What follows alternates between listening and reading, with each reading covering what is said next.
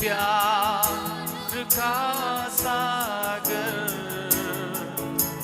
सागर दया का तू है। तू प्यार का, तू प्यार का सागर, सागर दया का तू है। तेरे प्यार के सागर में हम तैरना चाहते हैं। तेरे प्यार के सागर में हम तैरना चाहते। मिल करके कहे, तू प्यार का सागर, सागर दया। सारे लोग अपनी आवाज को उठा करके, तू प्यार का सागर, तू प्यार का सागर, सागर दया का तू है। गहराई मिले सागर की, ऊंचाई मिले आसमां की। गहराई मिले सागर की, ऊंचाई मिले आसमां की। ओ पर कोई ना भुना पाएगा गहराई तेरे प्यार की। पर कोई ना भुना पाएगा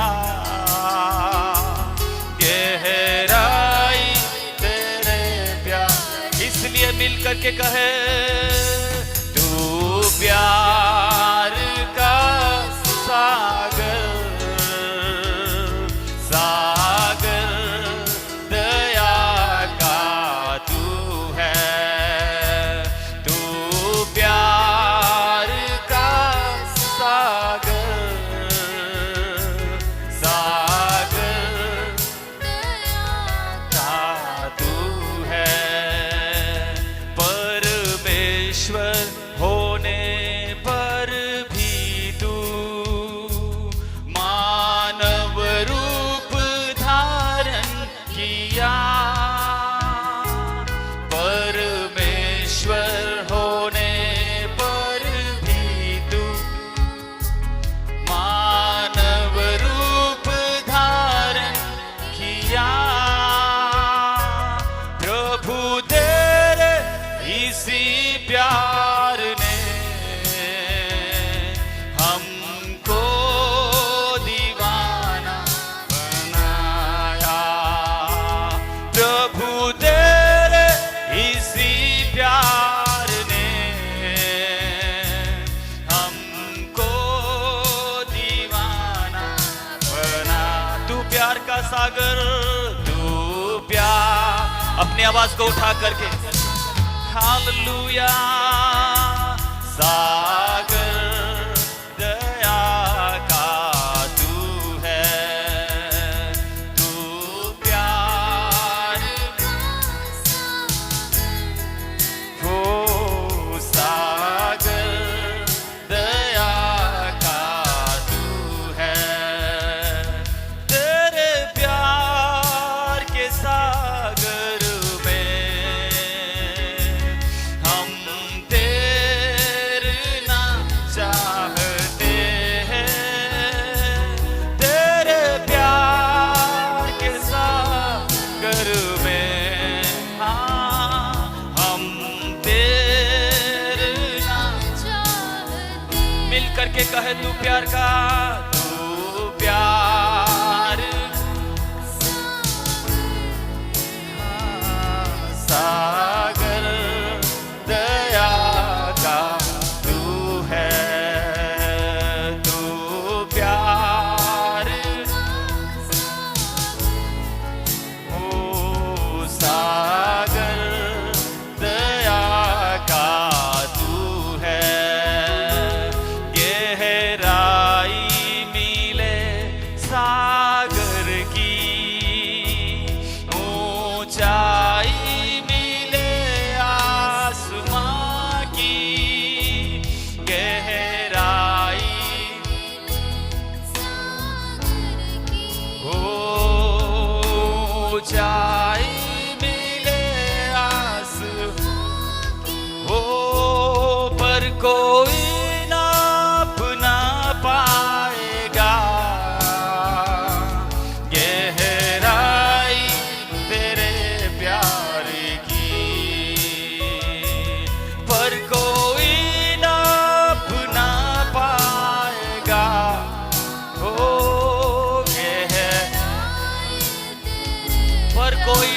पाएगा, पर कोई नाप ना पाएगा गहराई तेरे प्यार की। तू प्यार हो सागर दया का तू है। तू प्यार हो सागर दया का तू है। परमेश्वर होने पर भी तू मानव रूप धारण किया। परमेश्वर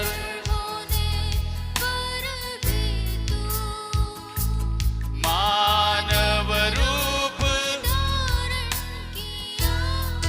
हो प्रभु तेरे इसी प्यार ने हमको दीवाना बनाया। प्रभु तेरे इसी प्यार ने हमको दीवाना बनाया। तू प्यार हालेलुया सागर दया का तू प्यार का सागर। तू प्यार हो सागर दया का तू है। तेरे प्यार के सागर में हम तैरना चाहते। हालेलुया तेरे प्यार के सागर में हम तैरना चाहते। तू प्यार का तू प्यार का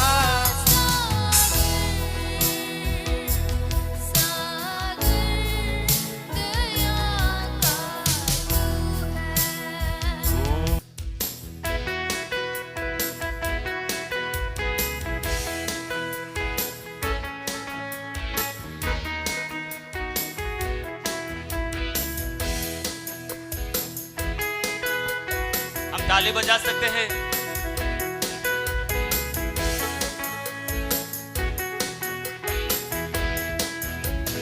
हमको खुदा ने चुना है, हम उसके अपने हैं। हमको खुदा ने सृजा है, हम उसकी कलाकृति है।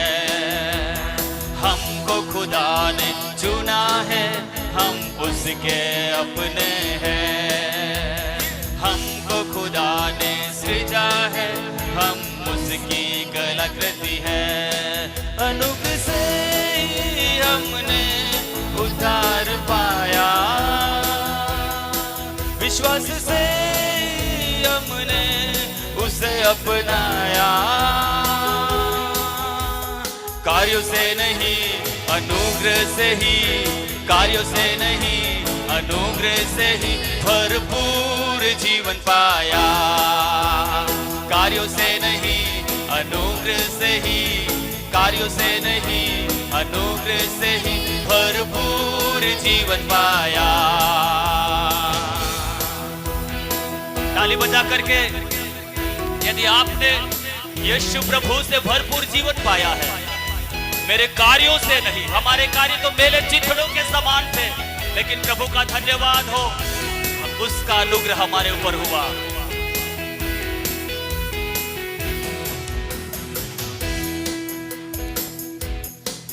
ठहराए गए उन कामों के लिए जिन्हें विश्वास से करना है, बनाए गए उन कामों के लिए जिनसे महिमा यीशु को मिलनी है। ठहराए गए उन कामों के लिए जिन्हें विश्वास करना है, बनाए गए उन कामों के लिए जिससे महिमा यीशु को मिलनी है। बढ़ते कदम को ना रोकेंगे, ओ सेवा में हाथ बने रहेंगे, प्रयत्न करते रहें। बढ़ते कदम को ना रोकेंगे, निरंतर चलते रहेंगे, सेवा में हाथ ये बने रहेंगे, प्रयत्न करते रहेंगे। अनुग्रह से ही हमने उद्धार पाया, विश्वास से ही हमने उसे अपनाया, कार्यों से नहीं अनुग्रह से ही, कार्यों से नहीं अनुग्रह से ही भरपूर जीवन पाया, कार्यों से नहीं अनुग्रह से ही, कार्यों से नहीं अनुग्रह से ही भरपूर जीवन पाया। हमको खुदा ने चुना है, हम उसके,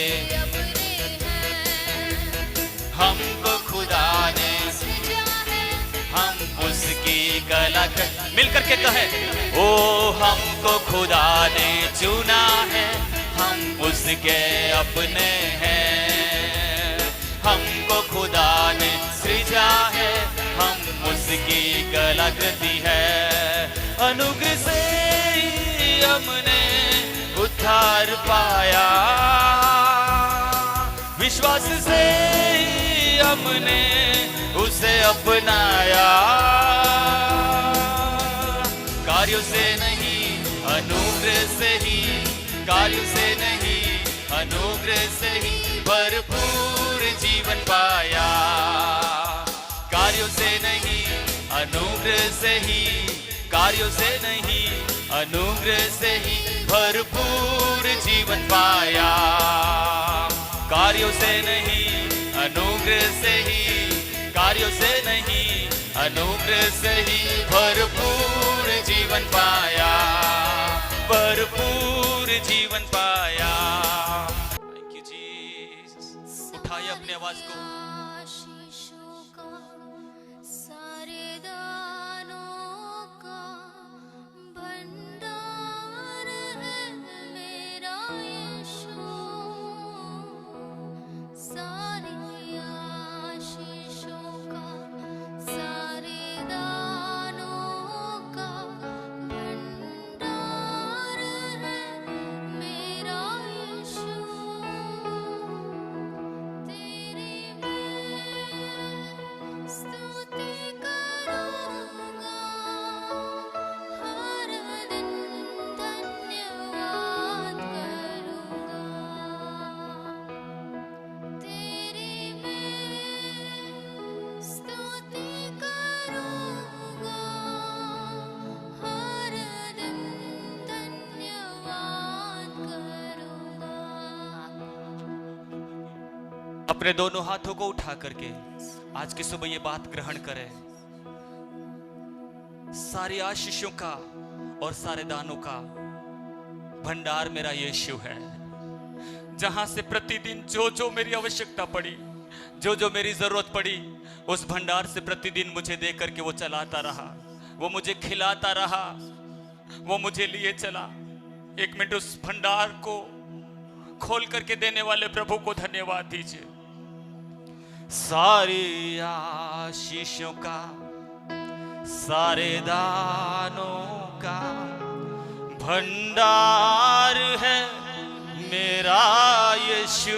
मिल करके कहे, सारे आशीषों का सारे दानों का भंडार है मेरा यीशु, तेरी मैं स्तुति करूंगा हर दिन।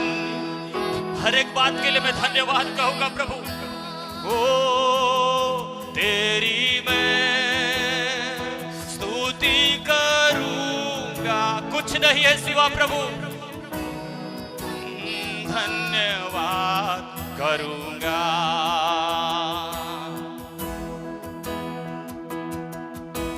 सागर की गहराई में था,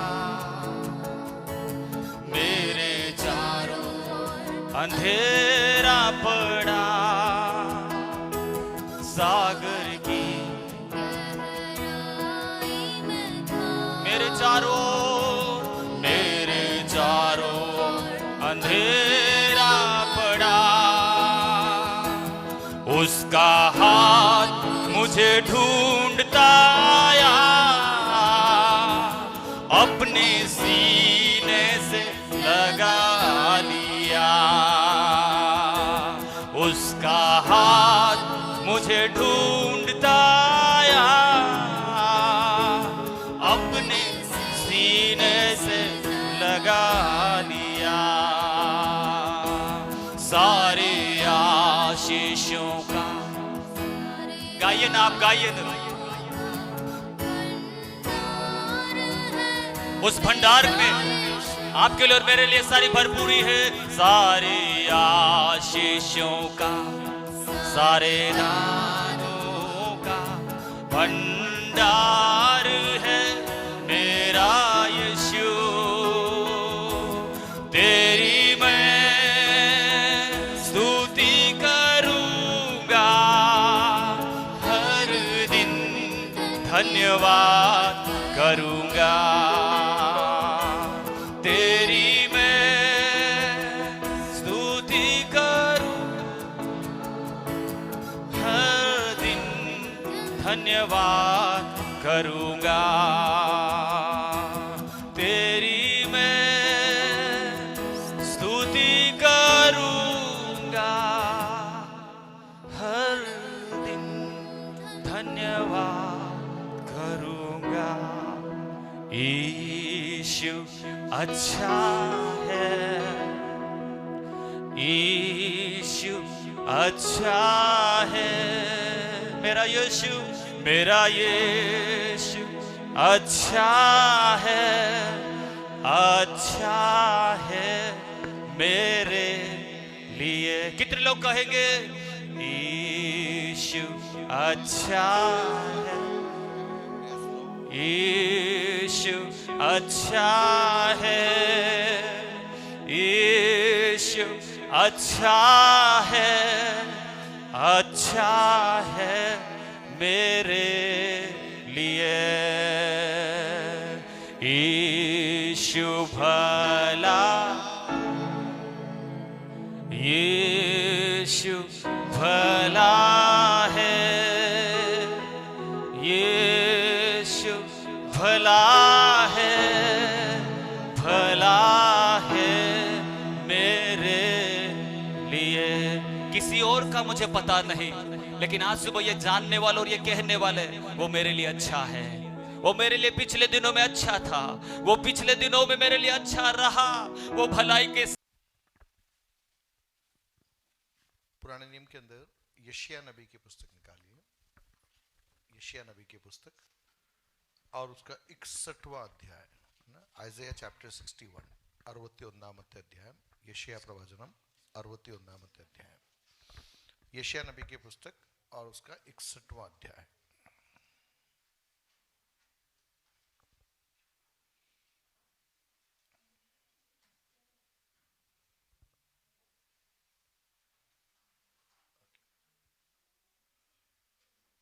इसमें 11 आयतें हैं। कितनी आयतें? 11 आयतें। और आज हम मिलकर इन 11 आयतों को एक और बार हम समझने जा रहे हैं। ठीक है, इन 11 आयतों को हम एक और बार समझना चाहते हैं। देखिए, शैतान के बारे में कहा गया है कि शैतान झूठा है और वह झूठ का पिता है ना। झूठ का गढ़ने वाला कह सकते, झूठ का पिता है ना। शैतान झूठा है और झूठ का पिता है। कई बार हम परमेश्वर हमसे क्या कहता है उससे ज्यादा शैतान क्या कहता है उसकी बातों पर हम ज्यादा हामी बोल लेते हैं। कितने लोग मेरी बात को समझ पा रहे हैं? एक तरफ शैतान हमारे बारे में कुछ कहता है, दूसरी ओर हमारा सृष्टिकर्ता, हमारा रचने वाला, हमारा उद्धार करता परमेश्वर हमारे बारे में कुछ कहता है। अब इन दोनों में से कई बार या अक्सर हम सबके साथ में गड़बड़ी कहां होती मालूम है? परमेश्वर क्या कहता है वो नहीं, लेकिन शैतान जो कहता है हम उसको क्या समझ बैठते हैं? सच समझ बैठते हैं। क्योंकि शैतान जो कहता है वो कह रहा है जो दिख रहा है आपको। हाँ? जो आपको दिख रहा है वो कौन कहेगा? शैतान कहेगा। जो आपके प्राकृतिक सेंसेस के अंदर, प्राकृतिक संवेदनाओं के अंदर जिन बातों को हम समझ सकते हैं, जो हमें लगेगा हाँ ऐसा है, तो हम शैतान की बात को हम जल्दी क्या कर लेते हैं? विश्वास कर लेते हैं।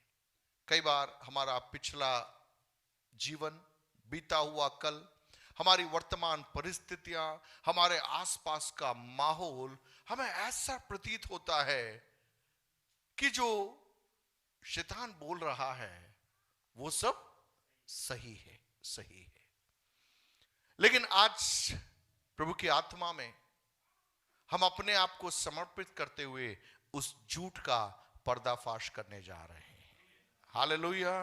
कितने लोग तैयार हैं? बोले शैतान झूठा है। और जोर से बोले शैतान झूठा है, झूठ का पिता है। Hallelujah, hallelujah. और हमारा काम क्या है मालूम है? उस शैतान के द्वारा डाले गए झूठ के बीज का हमें पर्दाफाश करना है, हमें उसको बेनकाब करना है। जितना जल्दी आप उस झूठ का पर्दाफाश कर लोगे, उतनी सामर्थ्य के साथ में आपके व्यक्ति जीवन के अंदर ईश्वर योजनाओं के पूर्तिकरण में आप आगे बढ़ पाओगे। Hallelujah, hallelujah. तो शत्रु जब विचारों को लेकर आता है, उन विचारों को वहीं पर हमें क्या कर देना है? हमें निरस्त कर देना है, निरस्त कर देना है। जैसे आपके घर के बाहर बरसात के मौसम के अंदर झाड़ियां उग जाती है, आपको बीज बोने की जरूरत नहीं है, कांटे उग जाते हैं, घास उग जाती है। तो समझदार व्यक्ति क्या करता है? जब वो उगना आरंभ होता है उसी समय क्या कर देता है? वो उसको उखाड़ देता है ना। वो इंतजार नहीं कर रहा कि ये बड़ा पेड़ बन जाए, इसके बाद में जाकर मैं उसको उखाड़ूं। देखिए, पेड़ उखाड़ना मुश्किल है, लेकिन जब वो छोटा होता है, जब वो घास के समान होता है, जब वो उग के आ रहा होता है, उस समय उखाड़ना बड़ा आसान होता है। हालेलुया। उसके लिए आपको किसी ज्यादा ताकत लगाने की जरूरत नहीं होती है। आपके घर का छोटा बच्चा भी बाहर निकलेगा और उसको भी बोल दोगे बच्चा बाहर जो घास उग रही है उसको तू साफ कर ले, वो गेती नहीं मांगेगा, फावड़ा नहीं मांगेगा, वो जाएगा अपने हाथों से खींचेगा और घास को जड़ समेत उखाड़ करके क्या कर देगा? फेंक देगा। लेकिन अगर हमने ध्यान नहीं दिया, हम लापरवाह रहे और कुछ समयों तक वही हालात बनी रही, फिर आप आपके हाथ से निकालने जाओगे, आप निकाल नहीं पाओगे, उसमें कांटे होंगे, वो कांटे आपको लगेंगे और बड़ी मशक्कत हो जाती है। जितना साल हम शैतान के झूठ को सच समझकर जीते हैं, उतने कठिन गढ़ों में, उतने कठिन बंधनों में मेरा और आपका जीवन आ जाता है। हालेलुया। लेकिन परमेश्वर इसीलिए आया है, पवित्र आत्मा इसीलिए भेजा गया है, सत्य का आत्मा इसीलिए भेजा गया है कि झूठ का पर्दाफाश किया जाए और सत्य के द्वारा हम स्वतंत्र हो जाए और मसीह की स्वतंत्रता के अंदर हम इस जीवन यात्रा के अंदर हम आगे बढ़ सके। हालेलुया। समझ रहे आप? हालेलुया। जोर से बोले हालेलुया। देखिए, ये सारी पृथ्वी किसकी है? ये सारी पृथ्वी किसकी है? बोले मेरे बाप की है। डर लग रहा है आपको? ये सारी पृथ्वी किसकी है? बोले मेरे पिता की है। कमान कमान, घबराइए मत, बोले मेरे पिता की है। बोले सारी पृथ्वी मेरे पिता की है। और जो से बोले सारी पृथ्वी मेरे पिता की है। सारी पृथ्वी मेरे पिता की है। हालेलुया। और यहां पर टेंशन लेके बैठे हो, यार प्रभु क्या होगा, कैसे होगा, क्या होगा? क्योंकि हमें लग नहीं रहा है, हमें लग नहीं रहा है, तो हमें लग रहा है कि यार शैतान जो कह रहा है वो बिल्कुल सही है। तू कभी आगे नहीं बढ़ पाएगा, तेरे बच्चे पढ़ नहीं पाएंगे, तू गरीबी में खत्म हो जाएगा, तेरा परिवार बिखर जाएगा, तू कितनी भी मेहनत करे पराजित हो जाएगा, तू चूक जाएगा, जीवन में कभी तेरे हाथ में भलाई नहीं होगी, तेरे बाप दादे सब ऐसे ही मरे, तू भी ऐसे ही मरा रहेगा, तू भी पढ़ नहीं पाएगा। लेकिन आज की सुबह प्रभु की आत्मा में मैं घोषणा करना चाहूंगा, रोज सुबह उठकर घोषणा कीजिए, सारी पृथ्वी मेरे पिता की है। हालेलुया। सारी पृथ्वी मेरे पिता की है, पिता की है। हालेलुया। अदन की वाटिका में आदम और हव्वा को जब परमेश्वर ने सृजा तो उनको इसलिए सृजा था कि उस वाटिका के ऊपर वे प्रभुता कर सके। वे क्या कर सके? प्रभुता कर सके। हालेलुया। उन्हें पूंछ बनकर वहां रहने की जरूरत नहीं थी, सिर बनकर वहां पर प्रभुता करना था, प्रभुता करना था। हालेलुया। लेकिन उनके जीवन में जब पाप आया, अनाज्ञाकारिता आई, आज्ञा उल्लंघन आया, परिणाम स्वरूप उस वाटिका से उन्हें बाहर निकाल दिया गया। लेकिन प्रभु यीशु मसीह को हम धन्यवाद देते हैं जो आज से 2000 साल पहले इस पृथ्वी पर इसीलिए आया, हमारे पापों को उसने उठा लिया, हमारे श्रापों को उसने उठा लिया, क्रूस पर वो मर गया, गाड़ा गया और तीसरे दिन मृतकों में से जी उठा, ताकि मैं और आप अब पूंछ नहीं लेकिन हम सिर बनकर हम प्रभुता कर सके। विश्वास करने वाले तालियां बजाकर प्रभु को महिमा दीजिए। हालेलुया। बोलिए, मैं पूंछ नहीं लेकिन सिर बनने के लिए बुलाया गया हूं, मैं दास नहीं लेकिन प्रभुता करने के लिए बुलाया गया हूं, मैं गुलामी में रहने के लिए नहीं लेकिन स्वतंत्रता में परमेश्वर की महिमा में, परमेश्वर की कार्य योजना में जीवन व्यतीत करने के लिए बुलाया गया। हालेलुया। देखिए, जब हमें लगता है ना कि हम प्रभुता करने के लिए बुलाए गए हैं तो हम फिर सिर झुकाकर, मुंह लटकाकर ताली, वो अंदाज ही बदल जाएगा। बदलेगा कि नहीं बदलेगा? कितने लोग लग रहा है कि हम प्रभुता करने के लिए बुलाए गए? कमान एक बार जोरदार तालियां प्रभुता करने के लिए जिनको बुलाया गया। Hallelujah, hallelujah. कमान आत्मा में बताइए, शैतान को सुनने दो। सालों से जो झूठ आपके कान में वो बोलता आया है कि तेरे जीवन में कुछ भला नहीं होगा, तू आगे नहीं बढ़ पाएगा, यीशु नासरी के सामर्थी नाम से आज की सुबह उस झूठ का हम पर्दाफाश करते। हमारे लोग प्रभु की भलाई को देखेंगे, परमेश्वर की तरक्की एक एक जीवनों में होगी, परमेश्वर की कार्य योजना हमारे लोगों के जीवन में पूरी होकर रहेगी। आत्मा में कुछ मिनट आराधना करना आरंभ करें। हालेलुया। आत्मा में आराधना करें, अन्य भाषा में आराधना करें। यीशु नासरी के सामर्थी नाम से शैतान के द्वारा डाला गया झूठ का बीज यीशु के नाम से जड़ से हम उसको निरस्त करते हैं। Oromo soko bodo bodo bo shana bana mara baba khana bana mara bana ma lam sakhori bi khabana ma raida bana ma lamo sakhori bi khabana ma raida bana ma rama ma shana bana mara bana ma भावनाओं में आजादी आने पार, सोच में आजादी आने पार, विचारों में आजादी आने पार, व्यक्तित्व में आजादी आने पार, शरीर में, प्राण में, आत्मा में यीशु नासरी के सामर्थी नाम से आज की सुबह एक आजादी की घोषणा हम करते हैं। परिस्थितियां हमें दबा नहीं पाएगी, परिस्थितियां हमें झुका नहीं पाएगी। यीशु नासरी के सामर्थी नाम से हर दबाने वाली परिस्थिति के सामने हम उठ खड़े होंगे, हम सामर्थ्य से कदमों को आगे बढ़ाएंगे। परमेश्वर के असाधारण रास्तों को हमारे जीवन में हम खुलते हुए देखेंगे। रोमो सखो बोडो बोडो मो शनबला सिखाबाना मा रिबीबी खराबाना मारबाना। जीसस। यशायाह नबी की पुस्तक उसका 61वां अध्याय कई ऐसी सच्चाइयों का बखान करता है। अगर हमने उन सच्चाइयों को अपने जीवन के अंदर उतार लिया तो हमारे जीवन में ईश्वरीय योजनाएं पूरी होगी। आज से 2000 साल पहले प्रभु यीशु मसीह जब नासरत के आराधनालय में जब पहुंचे और वहां की रीति के आधार पर जब भविष्यद्वक्ताओं की पुस्तक में से पढ़ा जाता था, यह अध्याय यीशु मसीह को पढ़ने के लिए दिया गया। लूका रचित सुसमाचार उसका 4था अध्याय आप निकालिए, लूका 4 और उसके 16 से लेकर यदि आप देखोगे तो वहां पर यह सारी बातें लिखी है। 20वां पद में पढ़ूंगा। तब उसने पुस्तक बंद करके सेवक के हाथ में दे दी और बैठ गया। और आराधनालय के सब लोगों की आंखें उस पर लगी थी। तब वह उनसे कहने लगा, आज ही यह लेख तुम्हारे सामने पूरा हुआ है।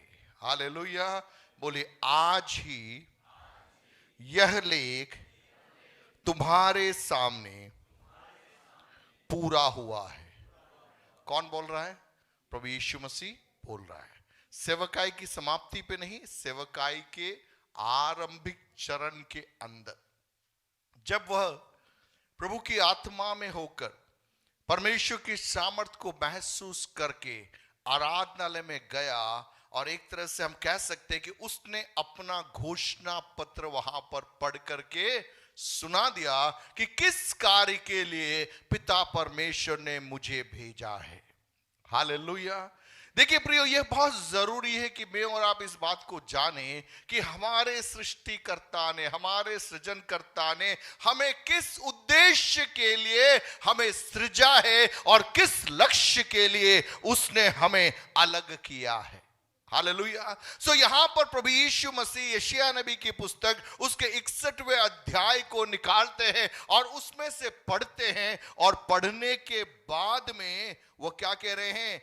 आज ही यह लेख तुम्हारे सामने पूरा हुआ है। अर्थात जो भविष्यवाणियां यशायाह नबी के द्वारा हजारों साल पहले कही गई थी, उन भविष्यवाणियों का पूर्तिकरण आज तुम्हारे सामने पूरा हो चुका है। हालेलुया। वो एक ऐसी सच्चाई थी, वो एक ऐसे सत्य की घोषणा थी जिसने अधोलोक के फाटक को हिलाकर रख दिया। अब यदि उसके बाद के पदों को यदि आप देखोगे तो वहां पर आप इस बात को पाओगे कि जब यीशु मसीह ने इस बात की घोषणा की कि यह लेख आज पूरा हो गया, आप वहां पर देखते हैं उसके 28वें पद में आप देखोगे, वहां लिखा है, ये बातें सुनते ही जितने आराधनालय में थे सब क्रोध से भर गए और उठकर उसे नगर से बाहर निकाला, और जिस पहाड़ पर उनका नगर बसा हुआ था उसकी चोटी पर ले चले कि उसे वहां से नीचे गिरा दे, परंतु वह उनके बीच में से निकलकर चला गया। हालेलुया। देखिए, सत्य कई बार लोगों को पसंद नहीं आता है ना। झूठ आप कितना भी बोलो, कहीं किसी को तकलीफ नहीं होगी, लेकिन जैसे ही आप सच्चाई की घोषणा करने लगो, एक व्यक्ति के जीवन में ईश्वरीय योजनाओं के बारे में आप उसे बताने लगोगे तो लोग विरोध में खड़े हो जाएंगे। यहां पर यीशु मसीह ने क्या किया?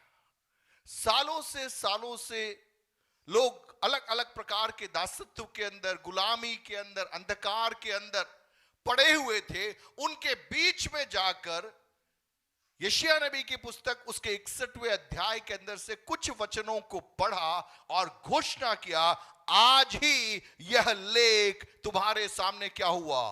पूरा हुआ। हालेलुया। तो लोग उस बात को समझ नहीं पाए और वे किसके खिलाफ खड़े हो गए? वे यीशु मसीह के खिलाफ खड़े हो गए। प्रियो, तब भी और आज भी विरोध किस बात का है मालूम है? जब आप सच्चाई की घोषणा करते हैं, सच्चाई लोगों को बंधनों से आजाद करती है। समाज ने जिनको कुचल कर रखा है, समाज ने जिनको अंधकार में रखा है, जब उनकी आंखें खुल जाती है और वो अपने पैरों पर खड़ा हो जाता है तो समाज ही हमारे खिलाफ खड़ा हो जाता है।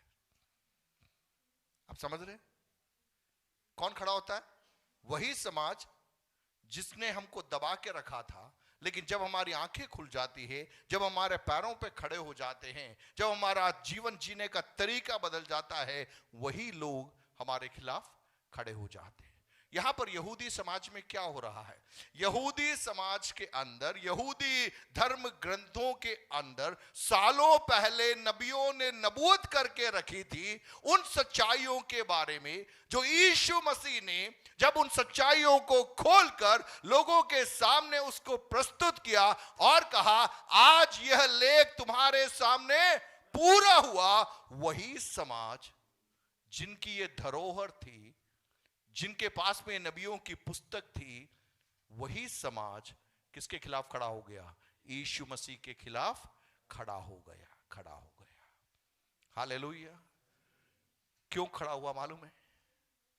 क्योंकि यह सच्चाई आपको आजाद कर देगी। यह सच्चाई आपके जीवन जीने के तरीके को बदल देगी। हालेलुया।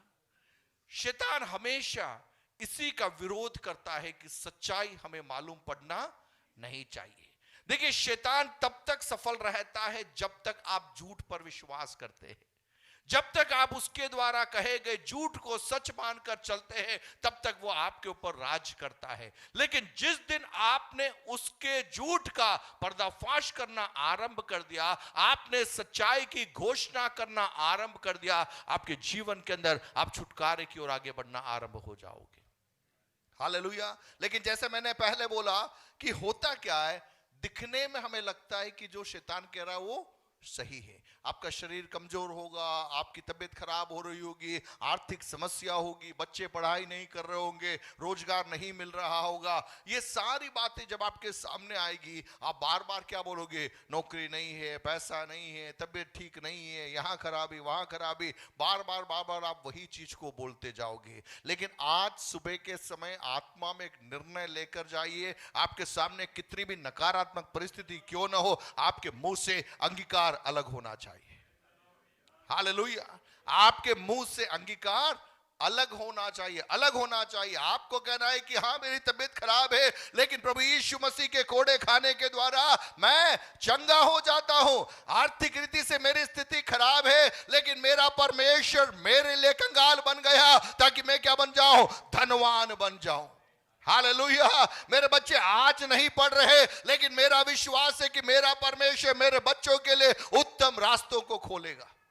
हालेलुया। आज मुझे लग रहा है कि मेरा परिवार बिखर रहा है, लेकिन विश्वास से घोषणा करना आरंभ कीजिए, मेरा परिवार नहीं बिखरेगा। मेरे परिवार में ईश्वरीय आनंद बना रहेगा, ईश्वरीय शांति बनी रहेगी, ईश्वरीय योजनाएं मेरे परिवार के अंदर पूरी होकर रहेगी। हालेलुया। देखिए, ये एक भाषा है, ये एक लैंग्वेज है जो हमें सीखना और उपयोग में लाना बहुत जरूरी है, बहुत जरूरी है। हालेलुया। हजारों साल से शैतान की जो भाषा इतनी प्रभावशाली हो गई है कि वो बोल बोल के आज को आपको हर जगह पे नफरत दिखाई दे रहा है, आपको हर जगह अंधकार दिखाई दे रहा, हर जगह कुचले हुए लोग दिखाई दे रहे। उसका प्रभाव इतना बढ़ चुका है। लेकिन उसके बीच में परमेश्वर चाह रहा है एक नई भाषा, एक शुद्ध भाषा बोलने वाले लोगों का समूह उठ खड़ा होना है। हालेलुया। सो नाज़रेत के अंदर प्रभु यीशु मसीह ने यशायाह 61 निकाला, उन पदों को पढ़ा और लोगों के सामने बोल दिया, ये जो लिखा है ना वह तुम्हारे सामने पूरा हुआ। हालेलुया। हफ्ते में कम से कम एक बार यशायाह 61 आप पढ़ना, आईने के सामने खड़ा होना और कहना कि यह लेख मेरे जीवन में पूरा होने जा रहा है। मेरे अड़ोसी पड़ोसी ये देखने जा रहे हैं, जहां पर मैं रहता हूं वहां के लोगों के सामने ये पूरा होने जा रहा है। चलिए हम जल्दी से उन पदों को पढ़ेंगे। यशायाह 61 में आप आ जाइए और वहां से देखेंगे, वहां पहला बात लिखा है, प्रभु यहोवा का आत्मा मुझ पर है। बोलिए, प्रभु यहोवा का आत्मा मुझ पर है ना। मैं आपको बाइबल समझने का एक तरीका बता के आज आगे चलूंगा। बोलिए मेरे पीछे, प्रभु यहोवा का आत्मा, पवित्र आत्मा मुझ पर है। अपने सीने पे हाथ रखिए, बोलिए मुझ पर है। आप गरीब होंगे, आप बीमार होंगे, आप कंगाल होंगे, आप ज्यादा पढ़े लिखे नहीं होंगे, लेकिन एक सच्चाई जो आज मैं आपके जीवन में कहना चाहता हूं, प्रभु यहोवा का आत्मा आप पर है। हालेलुया। प्रभु यहोवा का आत्मा आप पर है। आपको गुस्सा आ जाता है, आप झूठ बोल देते, आप गड़बड़ कर देते, लेकिन सच्चाई यह है प्रभु यहोवा का आत्मा आप पर है। हालेलुया। देखिए, एक व्यक्ति जब बीमार होता है तो उसे क्या किया जाता है? अस्पताल में भर्ती किया जाता है। और डॉक्टर क्या चालू करता है? ट्रीटमेंट चालू करता है, दवाई चालू करता है। जब वो भला चंगा हो जाता है उसके बाद में भर्ती नहीं करते। जब बीमार होता है तब वो भर्ती करते। कहने का तात्पर्य हमारे जीवन में कमियां हैं, हमारे जीवन में गड़बड़ियां हैं, अभी भी हम शैतान के साथ में चल रहे, अभी भी हम झूठ बोल रहे, लेकिन प्रभु कह रहा है कि नहीं, तू मेरा बेटा है, तू मेरी बेटी है, और मैं अपनी आत्मा को तेरे ऊपर डाल रहा हूं। क्यों डाल रहा हूं मालूम है? क्योंकि हमारे जीवन के अंदर एक बदलाव को लेकर आए, हमारे जीवन में एक चंगाई को देने के लिए, हमारे जीवन में एक बहाली को देने के लिए, हमारे जीवन में एक भरपूरी को देने के लिए परमेश्वर क्या डाल रहा है? अपनी आत्मा को हमारे अंदर डाल रहा है। सो प्रभु यहोवा का आत्मा मुझ पर है, क्योंकि यहोवा ने, बोले, क्योंकि यहोवा ने सुसमाचार सुनाने के लिए, गुड न्यूज बोलने के लिए, बोले बैड न्यूज के लिए नहीं, बुरा समाचार बोलने के लिए नहीं है। कौन सा समाचार बोलना है? कौन सा समाचार बोलना है? आप एक घर में गए, आदमी बीमारी के साथ में पड़ा है, आपने उसको देखो, अरे यार 2 दिन पहले इस बीमारी से एक आदमी मर गया था, अब लग रहा है कि आप भी गए, है ना? वो गुड न्यूज है या बैड न्यूज है? और इतनी पढ़ाई से काम नहीं चलेगा, तू फेल हो जाएगा। गुड न्यूज है या बैड न्यूज है? बोलिए, हमें बुरा समाचार बोलने के लिए नहीं बुलाया गया, नहीं बुलाया गया। अब आप उससे सवाल करोगे, सर इसका मतलब आप कोई कुछ भी करे, आप हमेशा ही बोलते। मैं वो नहीं कह रहा हूं, मैं वो नहीं, लेकिन बोलने के तरीके की बात कर रहा हूं, आपकी भाषा की बात कर रहा हूं। आपके बच्चे आज पढ़ नहीं रहोगे, उनको समझाने का एक तरीका है। आपने पहले स्टेटमेंट देगा तू फेल होगा, तो नहीं हो रहा तो भी फेल हो जाएगा। वो नहीं बोलना है। आपको क्या कहना है? बेटा तुझे थोड़ी और मेहनत करनी है, थोड़ी और पढ़ाई करनी है, थोड़ा और तू प्रयास कर, तू कर सकता है, तू कर सकता है। दोनों की भाषाओं में क्या है? फर्क है। दोनों की भाषाओं में फर्क है। आज आपको लग रहा है कि अवस्थाएं गड़बड़ हो रही है, लेकिन उसके बीच में परमेश्वर पे भरोसा रखकर आपको घोषणाएं करनी है। कौन सा समाचार सुनाना हमें? सुसमाचार। बोलिए गुड न्यूज, जोर से बोलिए गुड न्यूज। कम ऑन, और जोर से बोलिए गुड न्यूज। हेलो, कौन सा न्यूज? कौन सा न्यूज? कम ऑन, कौन सा न्यूज? कौन सा न्यूज जल्दी फैलता है, बैड न्यूज या गुड न्यूज? उसको बोलने में बड़ा मजा भी आता है ना। पड़ोस में कुछ गड़बड़ हुआ तो 4 घरों में जाके बोलने में अपन को अपना सीना फूल जाता है। और मालूम है क्या, वो लड़का ऐसा कर रहा था, वो ज्यादा स्मार्ट बन रहा था, गाड़ी लेके गया, उसकी टांगे टूट गई। नहीं हो तो भी जबरदस्ती जाके बोलोगे, ऐसे बोलोगे जैसे आप वहां पर थे और पूरा सीन आपने देखा, वैसे मसाला जोड़ जोड़ के अपन क्या करते चले आएंगे। बोलते अक्सर होता है। घटना कुछ और हुई होगी, एक ने दूसरे को बोला, दूसरे ने तीसरे को बोला, बोलते बोलते बोलते पूरी कहानी क्या हो जाती है। और हर व्यक्ति ऐसे बोलता है जैसे वो बिल्कुल वहीं पर था और उसी ने अस्पताल पहुंचा के वापस अभी घर पे आ रहा है। तो बैड न्यूज जब हम बोलते हैं तो मजा इसलिए आता है क्योंकि शैतान वहां पर साथ में काम करता है, उसके एजेंट सारे साथ में आ जाते हैं। लेकिन आज हमें एक निर्णय लेना है कि हमारे मुख से बैड न्यूज हम नहीं बोलेंगे। हेलो, क्या नहीं बोलेंगे? बैड न्यूज हम नहीं बोलेंगे। फिर कौन सा न्यूज हम बोलेंगे? Good news. बोलिए सुसमाचार। कम ऑन, मुस्कुराते बोलिए सुसमाचार। आपके पड़ोसी को चेहरे को देखिए, बोलिए सुसमाचार बोलेंगे। कम ऑन, कौन बोलिए सुसमाचार बोलेंगे? हेलो, क्या बोलेंगे? सुसमाचार बोलेंगे। घर पे जाके पति पत्नी को, पत्नी पति को बोलना, आज से अपन सुसमाचार बोलेंगे।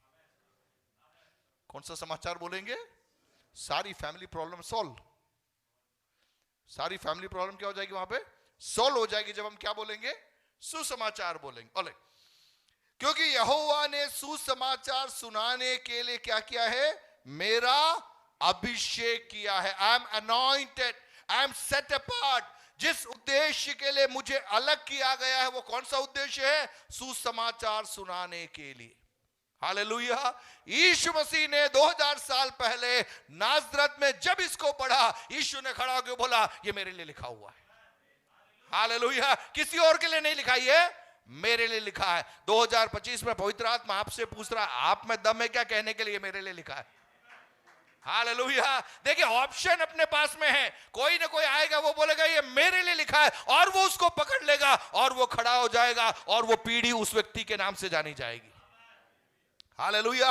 देखिए प्रभु ने जिन जिन लोगों को इस्तेमाल में लिया, हर पीढ़ी में हम देखते हैं कई लोगों के नाम उठ के आते हैं। डीएल मूडी का नाम उठ के आता है, एडोनिराम जडसन का नाम उठ के आता है। ऐसे प्रभु के लोगों का नाम एक एक पीढ़ी में क्यों उठ के आता है? क्योंकि उन्होंने अपनी पीढ़ी में इन वचनों को पकड़ा और कहा आज यह लेख तुम्हारे सामने मेरे जीवन में पूरा हुआ। मुझे कोई मतलब नहीं अड़ोसी पड़ोसी क्या कह रहे हैं, मुझे कोई लेना देना नहीं, मेरा परिवार मेरे बारे में क्या कह रहा है, मेरे बच्चे मेरे बारे में क्या कह रहे हैं, मेरी पत्नी क्या कह रही है, मेरे पति क्या कह रहा है, लेकिन मुझे एक बात मालूम है, ये जो लिखा है वो मेरे बारे में लिखा है। हालेलुया। कम ऑन, तालियां बजाइए, प्रभु को महिमा दीजिए। हालेलुया। बाइबल की आयतों को पढ़िए और घोषणा कीजिए, यह मेरे बारे में लिखा है, मेरे जीवन काल में पूरा होना है, मेरे परिवार में पूरा होना है, मेरे समाज में यह पूरा होना है। साधारण लोग जब इन वचनों को अपना बना लेते हैं ना, पवित्र आत्मा उनको असाधारण तरीके से इस्तेमाल में लेता है। हालेलुया। साधारण लोग जब इन वचनों को क्या कर लेते हैं, अपना बना लेते हैं, जब वो घोषणा करते हैं कि ये मेरे लिए है, मेरे जीवन में पूरा होना है, प्रभु कहता है कि हाँ अब ये मेरी भाषा को समझ गया। अक्सर हमें क्या, नहीं नहीं नहीं ये मेरे लिए नहीं है, ये तो कुछ शहर में रहता है ना, दिल्ली में रहता है उसके लिए है, बंबई में रहता है उसके लिए। मैं तो यहाँ पे कहीं गांव में रह रहा हूं, मेरे को तो गांव में कोई बात करने नहीं आता, हिंदी बोलने नहीं आती, वागड़ी बोलने नहीं आती। भैया मैं आज आपसे कहूंगा, यदि आप विश्वास करोगे ये मेरे लिए लिखा है, आपके द्वारा साधारण कार्य होंगे। हालेलुया। देखिए परमेश्वर पक्षपात नहीं करता है, परमेश्वर पक्षपात नहीं करता है। प्रभु कहता है कि जो कहेगा ये मेरे लिए है, उसके जीवन में काम हो जाएगा, मैं उसके साथ में उतर करके खड़ा हो जाऊंगा। यहोवा ने सुसमाचार सुनाने के लिए मेरा अभिषेक किया, और आगे, और मुझे इसलिए भेजा है कि कौन से लोगों को शांति दूं? खेदित मन के लोगों को, जो खेदित है, जो दिल में दुखी है, उनको क्या पहुंचाना है? आग में घी डालने वाले हमें नहीं बनना है। हेलो, हम क्या करते हैं कि सामने वाला वैसे ही निराशा में बैठा हुआ, अपन ने जाके एक बम उसके सिर पे और फोड़ दिया। नहीं भैया, वो करने के लिए हमें नहीं बुलाया गया, वो करने के लिए हमें बुलाया, हमें किसके लिए बुलाया है? खेदित मन के जो लोग हैं उनको हमें क्या देना है? शांति देना है। बोलिए शांति देना है, जोर से बोलिए शांति देना है। हमारे कारण हमारे परिवार में क्या होनी चाहिए? शांति होनी चाहिए। अगर मैं मेरे घर में रह रहा हूं तो मेरी जिम्मेदारी है कि मेरे कारण मेरे घर में क्या है? शांति आए। मेरी पत्नी अगर इस वचन को स्वीकारती है तो वो कहेगी कि ये मेरी जिम्मेदारी है कि मेरे घर में शांति आए। मेरे बच्चे इस वचन को स्वीकारते हैं तो वे कहेंगे कि हमारी जिम्मेदारी है कि घर में क्या है? शांति आए। आप समझ रहे हैं? अब अक्सर कहां पे गड़बड़ आती है मालूम है? हम वचन को पढ़ते जरूर है, लेकिन हमें लगता है ये मेरे लिए नहीं है, ये उसके लिए है। अब मैं सोचूं नहीं नहीं नहीं, ये मैं तो ठीक हूं, ये मेरी पत्नी के लिए है, और मेरी पत्नी सोचे ये किसके लिए? ये मेरे लिए। या मेरे बच्चे सोचे ये तो पापा मम्मी के लिए। मामला बनने वाला नहीं है। हमें व्यक्तिगत रीति से, बोलिए हमें व्यक्तिगत रीति से वचन को अपनाना है। हालेलुया। कभी भी कोई भी वचन आता है ना, कभी ये मत बोलिए कि ये दूसरे के लिए, नहीं, वचन आपके लिए है, वचन मेरे लिए है। मैं अक्सर कहता हूं कि अगर प्रभु मुझे एक संदेश देता है तो वचन का प्रचार करने वाला होने के नाते सबसे पहला वचन मेरे लिए, क्योंकि प्रभु ने मुझे ही क्यों दिया, मेरे मुंह से क्यों बुलवाया, इसका मतलब प्रभु पहले मुझसे बात कर रहा है ना। लेकिन कई बार हम जैसे प्रचारकों के साथ में क्या हो जाता है मालूम है? हमें लगता है कि हम तो बिल्कुल सही है और सुधरना आपको है, और हम कहते हैं सुधर जाओ। मैं एक उंगली उधर कर रहा हूं, लेकिन प्रभु कह रहा तेरी 4 उंगलियां तेरी ओर है ना। तो मैं जो दबा के बोलता हूं सुधर जाओ, तो मैं उतना दबा के नहीं बोल पाऊंगा जब मैं इस बात को समझूंगा कि प्रभु ने यह वचन मुझे इसलिए दिया है कि भैया संतोष तुझे सुधरने की जरूरत है पहले। हेलो, आप समझ रहे हैं? गड़बड़ी कहां होती है ना, हमको लगता है कि मेरी जिम्मेदारी कि आप सबको करेक्ट करना, लेकिन प्रभु का आत्मा कहता है कि बेटा तू करेक्ट हो जा, तू सही हो जा, लोग तो अपने आप सही हो जाएंगे। मशक्कत तुझे सही करने के लिए। मेरा कहने का तात्पर्य केवल इतना है, जब आप वचन पढ़ते हैं आप उसे व्यक्तिगत रीति से पढ़िए। दूसरों को सुधारने के लिए न पढ़िए, खुद को सुधारने के लिए पढ़िए, खुद को बदलने के लिए पढ़िए, खुद के जीवन में लागू करने के लिए पढ़िए। अक्सर हम सिखाते पढ़ते क्यों हैं? हम दूसरों को सिखाने के लिए। लेकिन प्रभु कहता है भैया वो काम नहीं है, तू खुद सीख, तू खुद बदल। जब मैं बदलूंगा मेरा जीवन अन्य लोगों के सामने एक उदाहरण बन जाएगा। हालेलुया। देखिए प्रभु यीशु मसीह ने जब यह कहा यह लेख तुम्हारे सामने पूरा हुआ, इसके बाद में यीशु मसीह ने एक ऐसा जीवन दिया कि अंधकार के बीच में दीपक के समान वो चमकने लग गया। हालेलुया। भीड़ के बीच में लोगों को समझ में आने लग गया यह अलग व्यक्ति है, इसके जीवन की बातें अलग है, अलग है। प्रभु ये हमारे जीवनों में चाहता है। सो खेदित लोगों के मन को क्या देना है? खेदित मन के लोगों को शांति दूं कि बंदियों के लिए, बोले स्वतंत्रता का, जोर से बोले स्वतंत्रता का। जो लोग बंधनों में हैं उनको हमें क्या करना है? स्वतंत्र करना है। और कैदियों के लिए छुटकारे का प्रचार करो कि यहोवा के प्रसन्न रहने के वर्ष का और हमारे परमेश्वर के पलटा लेने के दिन का प्रचार करूं। हालेलुया। देखिए बहुत सारी बातें यहां पर कही गई है, मैं विस्तार में नहीं जाऊंगा, समय की सीमा है। लेकिन मैं आपके पास में एक दृष्टिकोण में आज देना चाहता हूं। जब आप वचनों को पढ़ोगे आप कहिए ये वचन मेरे लिए है, मेरे जीवन काल में क्या होना है? पूरा होना है। वचन को याद कीजिए, कंठस्थ कीजिए और अपने जीवन में आप स्वयं भविष्यवाणी कीजिए। हालेलुया। भविष्यवाणी का मतलब घोषणा कीजिए। आज आपको नहीं लग रहा है, आज आपको लग रहा है कि नहीं नहीं नहीं यार मैं शांति नहीं, मैं तो अशांति फैलाने वाला व्यक्ति हूं, लेकिन आप अपने आप को बोलिए नहीं, मुझे प्रभु ने किसके लिए बुलाया है? शांति फैलाने के लिए बुलाया है। लोगों के जीवन में आजादी की घोषणा करने के लिए मुझे बुलाया है। जब आप अपने आप को याद दिलाओगे पवित्र आत्मा हमारी क्या करेगा? सहायता करेगा। आगे पढ़ेंगे हम। वहां लिखा है कि यहोवा के प्रसन्न रहने के वर्ष का और हमारे परमेश्वर के पलटा लेने के दिन का प्रचार करूं कि सब विलाप करने वालों को शांति दूं और सियोन के विलाप करने वालों के सिर पर की राख दूर करके क्या बांधूं? सुंदर पगड़ी बांध दूं। देखिए सियोन के विलाप करने वाले ये एक अलग समूह है। सियोन के लिए विलाप करने वाले का अर्थ यह है वे लोग जो परमेश्वर के राज्य के लिए आंसू बहाकर प्रार्थना कर रहे हैं। हालेलुया। चारों ओर जब कई प्रकार का उतार चढ़ाव हो रहा है, उसके बीच में एक समूह है जो प्रार्थना में लगा हुआ है, जो उपवास में लगा हुआ है, जो मन फिराव में लगा हुआ है और उनका लक्ष्य प्रभु आपकी शांति हमारे आसपास फैलने पाए, हमारे गांवों में फैलने पाए, हमारे नगरों में फैलने पाए। प्रभु क्या कह रहा है? उनके सिर पर की राख को हटाकर क्या डालना है? सुंदर पगड़ी बांध दो। अर्थात यह है प्रभु उनकी प्रार्थनाओं का क्या देगा? उत्तर देगा। पुराने जमाने के अंदर जब एक व्यक्ति मन फिराता था, जब एक व्यक्ति उपवास करता था और अपनी गलतियों को मानता था, तो वो अपने वस्त्रों को फाड़ देता था, वो बोरियों को पहन लेता था और वो राख पर चढ़ के बैठ जाता था, सिर पर राख डाल देता था ताकि उसे देखने वाले लोगों को समझ में आ जाए ये शोक में है और ये दुख मना रहा है ना। अपने यहाँ पे भी समाजों में अलग अलग प्रकार की व्यवस्थाएं होती है। जब किसी घर में मृत्यु हो जाती है तो एक प्रकार से कुछ सामाजिक रीतियों के द्वारा यह प्रकट किया जाता है कि लोगों को दूर से लग जाए कि इस घर में क्या हुआ है, कुछ गड़बड़ी हुई है, लोगों को समझ में आ जाए, है ना। जैसे अपन देखते हैं कई बार जब लोग गले में तौलिया लगा के घूमते हैं तो आपको तुरंत माइंड कहता है कि नहीं घर में कुछ ना कुछ बुरा समाचार है, कुछ है, इसलिए लोग क्या कर रहे हैं, वैसे घूम रहे। सो कहने का तात्पर्य यहूदी समाज के अंदर ऐसा था कि जब एक व्यक्ति उपवास करता था, जब एक व्यक्ति प्रार्थना करता था, प्रायश्चित करता था, वो अपने वस्त्रों को फाड़ देता था, बोरी को पहन लेता था, राख में बैठ जाता था और सिर में भी क्या डाल देता था? राख डाल देता। इनके लिखा है कि सियोन के लिए विलाप करने वाले उनके सिर पर की राख को दूर करके कौन सी पगड़ी बांधे? सुंदर पगड़ी। बोलिए सुंदर पगड़ी, जोर से बोले सुंदर पगड़ी। हालेलुया।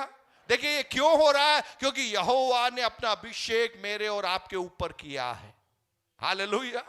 यहोवा ने अभिषेक मेरे और आपके ऊपर किया है। सुंदर पगड़ी बांधू और कि उनका विलाप दूर करके कौन सा तेल लगाऊं? हर्ष का तेल लगाओ, आनंद का तेल लगाओ, और उनकी उदासी हटाकर यश का ओढ़ना ओढ़ाऊं, जिससे वे धर्म के बांझ वृक्ष, जोर से बोले धर्म के बांझ वृक्ष, कम ऑन, धर्म के बांझ वृक्ष, ओक ट्रीज। बांझ वृक्ष ऐसे वृक्ष होते हैं जो जंगलों के अंदर बहुत सालों तक बने रहते हैं, लंबे चौड़े डील डोल वाले होते हैं। तो प्रभु कह रहा है कि परमेश्वर हमें क्या बनाना चाहता है? धर्म का बांझ वृक्ष। बोले धर्म के बांझ वृक्ष और यहोवा के लगाए हुए कहलाए। किसके द्वारा लगाए गए?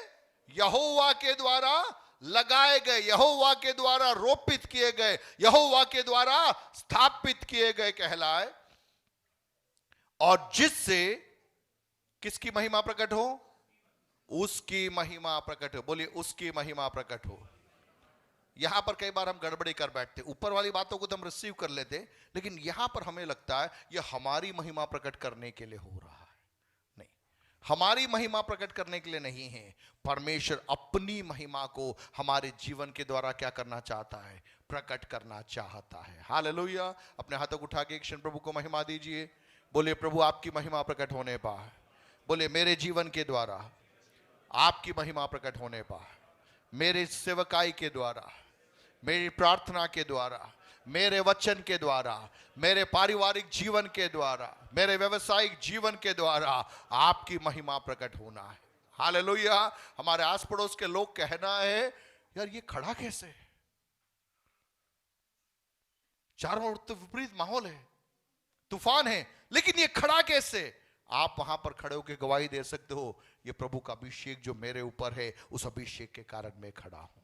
हालेलुया। परिस्थिति अनुकूल है इसलिए मैं नहीं खड़ा हूं, लेकिन मेरे प्रभु का अभिषेक मेरे जीवन में है, उस अभिषेक के कारण मैं खड़ा हूं। हम जल्दी आगे बढ़ेंगे। चौथे पद में लिखा है, तब वे बहुत काल के उजड़े हुए स्थानों को फिर बसाएंगे, पूर्व काल से पड़े हुए खंडरों में वे फिर घर बनाएंगे, उजड़े हुए नगरों को जो पीढ़ी पीढ़ी से उजड़े हुए हैं वे फिर नए सिरे से बसाएंगे। किसकी बात हो रही है? ये किसकी बात हो रही है? किसकी बात हो रही है? डॉक्टर बोलिए मेरी बात हो रही है। मेरी बात नहीं, आप किसी ने बात रखी, बोलिए मेरी बात हो रही है। कम ऑन, मेरी बात हो रही है। देखिए प्रभु ने इस योजना के साथ में आपको बुलाया है ना? योजना छोटी है या बड़ी है? बोले योजना छोटी है या बड़ी है? जोर से बोलिए, छोटी है या बड़ी है? बोले बड़ी योजना है। लेकिन अपन कहां उलझ गए? अपन कहां उलझ गए? अपन वहीं पे, वो जो मुर्गी होती है ना, मुर्गी जमीन पे देखती है, नीचे से चुगती रहती है, वो कभी ऊपर नहीं देखती है। अपनी स्थिति भी कुछ यही हो गई है, अपन नीचे चुग रहे हैं, यहां जो दाने पड़े उसमें लगे हुए हैं। लेकिन प्रभु कह रहा भैया मैंने उकाब के समान उड़ान भरने के लिए तुमको बुलाया है। हालेलुया। आप कहोगे प्रभु मैं नहीं कर सकता, प्रभु कहेगा मुझे मालूम है ना तू नहीं कर सकता, मुझे मालूम है तू नहीं कर सकता, तू अपने दम पे नहीं कर सकता, इसीलिए तो मेरा आत्मा तेरे ऊपर है। देखिए प्रभु ने अपना आत्मा क्यों दिया है? ताकि मैं और आप उन बातों को कर सके जो मानसिक रीति से हम नहीं कर पाते, उन बातों को हमारे द्वारा प्रकट करवाने के लिए परमेश्वर ने सहायक के रूप में पवित्र आत्मा हमें दिया है। हालेलुया। हाथों को उठाकर पवित्र आत्मा का आदर कीजिए।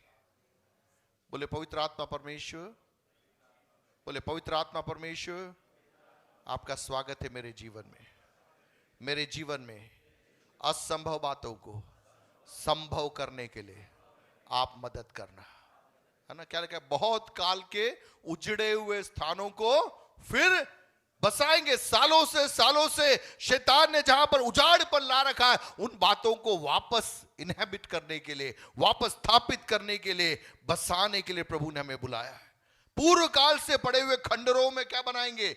घर बनाएंगे। उजड़े हुए नगरों को जो पीढ़ी पीढ़ी से उजड़े हुए हैं वे फिर नए सिरे से बसाएंगे। 5वां पद, परदेशी आ खड़े होंगे और तुम्हारी भेड़ बकरियों को चराएंगे और विदेशी लोग तुम्हारे हल चलाने वाले और दाख की बारी के माली होंगे। कितने लोगों को अच्छा लग रहा है ये सुन के? वापस पढ़े, समझ में नहीं आ रहा है, एक बार देखिए। परदेशी आ खड़े होंगे और तुम्हारी, बोलिए तुम्हारी, मेरी भेड़ बकरियों को चराएंगे। देखिए, जब ये बाइबल के पद लिखे गए थे, वो समाज कृषि प्रधान समाज था और उस समाज की संपन्नता भेड़ बकरियों से आंकी जाती थी, है ना। जिसके पास में ज्यादा भेड़ बकरियां वो ज्यादा संपन्न, जिसके पास में कम भेड़ बकरियां वो गरीब, है ना। ऊंट होते थे, ऊंटनियां होती थी, गाय बैल होते थे। पुराने समयों में सब जगह ऐसा था। गांव में भी जिस घर में पशु ज्यादा होते थे वो गांव क्या माना जाता था? संपन्न माना जाता था। लेकिन आज जमाना बदल गया है, माहौल बदल गया है, भेड़ बकरियां घरों में नहीं पाई जाती है। संपन्नता मापने का आंकड़ा बदल गया है। चाहे कुछ भी बदलाव, लेकिन आज के उसमें प्रभु का वचन है, परदेशी आ खड़े होंगे और तुम्हारी भेड़ बकरियों को क्या करेंगे? चराएंगे। विश्वास करते हो आप? कितने लोग विश्वास करते कि ऐसा होगा? बोले मेरे जीवन काल में होगा। कमन बोलिए, मुंह खोल के बोलिए, मेरे जीवन काल में होगा, मेरे जीवन काल में होगा। क्योंकि प्रभु कर्जदार नहीं है, प्रभु कर्जदार नहीं है। और विदेशी लोग तुम्हारे चरवाहे और दाख की बारी के माली होंगे। अब जैसे प्रभु ये करता है ना, अपना कॉलर ऊंचा हो जाता है। फिर अपन को लगता है कि अब मैं क्या बन गया? सेठ बन गया हूं, अब मैं ठाकुर बन गया हूं, अब मैं जो बोलूंगा वो होगा। उसके अगली आयत आप भूल जाते हैं। आगे क्या लिखा है? 6वां पद, पर तुम, ये सब प्रभु करना चाहता है, पर तुम क्या कहलाओगे? हेलो, क्या कहलाओगे? यहोवा के याजक कहलाओगे। We will be known as the priest of the Lord. यहोवा के याजक का मतलब, प्रभु तू जो देगा उससे ही मेरा घर चलेगा। इतनी सी बात है। तेरे पास में धन संपत्ति होगी, तेरे घर में विदेशी आके खड़े हो जाएंगे, भेड़ बकरियों को चराएंगे, ये सब एक तरफ चलता रहेगा, लेकिन अंदर ही अंदर तू एक ही बात की, प्रभु तू देगा तो घर चलेगा, बाकी चलने वाला नहीं है। हालेलुया। अय्यूब अपने समय में एक धनाढ़ी व्यक्ति था। उसके धन दौलत की चर्चाएं उस पूरे जगहों में होती थी और वो चर्चा इतनी बढ़ गई कि शैतान के पास में भी पहुंच गई और शैतान प्रभु के पास में पहुंच गया और कह रहा है कि तूने उसको इतना धनवंत दे दिया, इसलिए वो तेरी क्या कर रहा? महिमा कर रहा है। प्रभु को भरोसा था, एक काम करते, ठीक है कोई बात नहीं। प्रभु ने क्या किया? उसका परिवार, उसका धन दौलत एक एक करके उससे हटाने की अनुमति दे दी। सब छिन गया एक ही रात के अंदर। जो कह सकते, जो धन दौलत के ऊपर रहने वाला कुबेरपति था, वो कहां आ गया? सड़क पे आ गया। उसके शरीर में फोड़े आ गए, पत्थर से वो अपने शरीर को खरोच रहा है। उसकी पत्नी कह रही है कि बेहतर होता कि तू मर जाता, क्यों जिंदा आई हो, प्रभु को त्याग दे। लेकिन वो अपने शरीर को कुरेदते हुए कह रहा है, ऐसी मूर्खता की बात मेरे मुख से ना निकलने पाए। यहोवा ने दिया, यहोवा ने लिया, उसका नाम धन्य होने पाए। हालेलुया। क्यों? अय्यूब इस बात को जान रहा था कि मेरे घर में धन दौलत है, भेड़ बकरे, ये सब है, लेकिन मैं कौन हूं? मैं यहोवा का याजक हूं। मैं यहोवा का याजक हूं। प्रियो, इन दिनों के अंदर पवित्र आत्मा चाहता है कि प्रभु कितना भी हमें संपन्न क्यों न कर दे, कितना भी मशहूर हमें क्यों न कर दे, लेकिन हमें अपने आप को याद दिलाना है कि मैं कौन हूं? मैं यहोवा का याजक हूं। याजक हूं। वे तुमको हमारे परमेश्वर के सेवक कहेंगे। हमारी पहचान क्या होनी चाहिए? मैं कौन हूं? मैं परमेश्वर का दास हूं। बोले परमेश्वर का दास हूं। जोर से बोले परमेश्वर का। आजकल ये टाइटल किसी को पसंद नहीं है। कोई भी चाहता नहीं कि क्या लोग क्या जाने। लोग बोलेंगे मेरे नाम के आगे प्रॉफिट लगेगा तो मुझे अच्छा लगेगा, तो मैं खड़ा हो क्या बोलूंगा? प्रॉफिट संतोष जी आपके बीच में आ रहे हैं। मैं अपनी पहचान प्रॉफिट से बढ़कर प्रभु का दास के रूप में अगर मैं प्रस्तुत करूंगा तो वचन के हिसाब से मैं सुरक्षित रहूंगा। वचन के हिसाब से क्या रहूंगा? मैं सुरक्षित रहूंगा। नहीं तो क्या होगा? अनावश्यक मैं सीढ़ी चढ़ के ऊपर चढ़ जाऊंगा और जितना ऊपर चढ़ूंगा, एक छोटा बच्चा भी ठोकर खाएगा, मैं ऊपर से नीचे गिर जाऊंगा। है ना, घर में अपन सीडी लगाते हैं ना, रिपेयर करने के लिए, घड़ी बंद हो गई चालू करने के लिए आपने सीडी लगाई। अब आपने सीडी लगाई तो आप ऊपर हवा में हो गए। आप कहां हो गए? हवा में हो गए। कोई एक छोटा बच्चा भी नीचे से जाके जोर से एक लात उस सीढ़ी को मारेगा, ऊपर से कहां जाएंगे अपन? नीचे आ जाएंगे। तो अनावश्यक क्यों ऊपर चढ़ने का, अपने शांति बनाए रखो। मेरा कहने का तात्पर्य, बहुत सारी चीजें चारों ओर हो रही है, लोगों को समझ में नहीं आ रहा। समझ में क्यों नहीं आ रहा? क्योंकि वो वचन नहीं पढ़ रहे हैं, बाइबल नहीं पढ़ रहे हैं। आपसे हाथ जोड़कर गुजारिश है, आप बाइबल पढ़िए, वचन को पढ़िए, चीजों को समझने का प्रयास कीजिए कि बाइबल क्या कह रहा है। कोई व्यक्ति क्या कह रहा है वो नहीं, लेकिन बाइबल क्या कह रहा है। पर तुम यहोवा के याजक कहलाओगे, वे तुमको हमारे परमेश्वर के सेवक कहेंगे। और आगे क्या लिखा है? और तुम जाति जाति की धन संपत्ति को खाओगे, उनके वैभव की वस्तुएं पाकर तुम बढ़ाई करोगे। तुम्हारी नामधराई के बदले दूना भाग मिलेगा, अनादर के बदले तुम अपने भाग के कारण जय जयकार करोगे। तुम अपने देश में दूने भाग के अधिकारी होंगे और सदा आनंदित बने रहोगे। हालेलुया, बोले सदा आनंदित बने रहोगे। जोर से बोले सदा आनंदित बने रहोगे। देखिए क्या होता है कि एक स्कूल में मेन एग्जाम होने से पहले छोटे छोटे एग्जाम होते हैं, है ना। मुख्य परीक्षा से पहले क्या होते हैं? छोटी परीक्षाएं होती है। अब जब छोटी परीक्षाएं होती है, वहां पर आपको थोड़ा नंबर मिल गया और आप उछल कूद करने लग गए और आगे की परीक्षा की तैयारी आपने छोड़ दी, तो मेन एग्जाम में आप क्या हो जाओगे? आप क्लीन बोल्ड हो जाओगे। आप क्लीन बोल्ड हो जाओगे, क्योंकि मुद्दा कौन सा था? मुख्य परीक्षा। अब बीच की परीक्षाओं में कुछ नंबर मिल गए तो अपन ये भूल गए कि हमें लगा कि इसमें ही सब कुछ हो गया। भैया यहां नहीं हुआ, अभी तो मेन एग्जाम बाकी है। कहने का तात्पर्य, परमेश्वर जब हमें आशीष देता है, प्रभु हमारे जीवन में भलाई करता है और उसके बाद में प्रभु देखता है अब हम क्या करेंगे। अब हम क्या करेंगे? कहीं हम घमंडी बन जाएंगे, कहीं हम अपनी बढ़ाई करने वाले बन जाएंगे, कहीं हम सुपरस्टार बन जाएंगे, या हम शांति से कहेंगे प्रभु ये सब तूने दिया है, मैं तो तेरा याजक हूं, मैं तो तेरा याजक हूं। ऐसा जब व्यक्ति खड़ा रहता है, प्रभु कहेगा तब मैं दूना भाग दूंगा, तब मैं असली आशीष दूंगा, तेरी नाम धराई को मैं दूर करूंगा और तू सदा क्या रहेगा? आनंदित रहेगा। विश्वास करने वाले ताली बजाकर प्रभु को महिमा दीजिए। सदा आनंदित रखने वाला परमेश्वर। हालेलुया, जोर से बोले हालेलुया, हालेलुया। मैं जब केरल में बाइबल कॉलेज में पढ़ाई करता था और उसमें मेरे कुछ मित्र लोग वो सब भागते फिर रहे थे, सेवा में भाग रहे थे, उधर जा रहा इधर जा रहा, मीटिंग में जा रहा है, मिनिस्ट्री में जा रहा है, और आके मेरा मजाक उड़ाते थे, यार तेरा दिमाग खराब है क्या? हमको देख, यहां जा रहे वहां जा रहे। प्रभु ने मुझे अनुग्रह दिया शांत रहने के लिए। मैंने कहा ठीक है, कोई बोलूंगा नहीं। आज 2025 जब मैं पीछे मुड़ के देखता हूं, उस समय जितने भागे थे आज एक भी नहीं है मार्केट में, कोई दिखने को भी नहीं है। लेकिन उस समय शांत बने रहे थे, प्रभु ने यहां तक खड़ा किया। मेरा कहने का तात्पर्य क्या है प्रियो? मेरा कहने का तात्पर्य है, प्रभु आपके लिए अवसरों को देगा, लेकिन जब अवसर मिलता है उन अवसरों को पीछे ज्यादा भागे बिना प्रभु के लिए यदि हम खड़े रहेंगे, परमेश्वर बेहतरी के अंदर हमें खड़ा करेगा। हालेलुया। देखिए प्रभु टेस्ट करता है। आज अगर मैं और आप भी किसी व्यक्ति को एक जिम्मेदारी देते हैं तो उसके पहले हम उसको परखते कि विश्वास योग्य है या नहीं, इसके बाद में ही हम उसको क्या करते हैं? बड़ी जिम्मेदारी देते। किसी को भी उठाकर आप बड़ा जिम्मेदारी, बड़ी पोस्ट पे बैठाते नहीं हो। गवर्नमेंट का अपना सिस्टम होता है, भाई स्कूल में एक टीचर के रूप में ज्वाइन करता है, फिर उसका अगले पर प्रमोशन होता है, फिर अगला प्रमोशन होता है, उसको जांचा जाता है, परखा जाता है, धीरे धीरे करके वो डिप्टी डायरेक्टर की पोस्ट तक पहुंचता है। अचानक खड़ा करके उसको वहां पे बैठाते नहीं है, देखा जाता है, परखा जाता है। इसी प्रकार से परमेश्वर भी हमें क्या करता है? परखता है, हमारे जीवन में छोटी सफलता देता है और प्रभु देखता है कि अब हम क्या कर रहे हैं।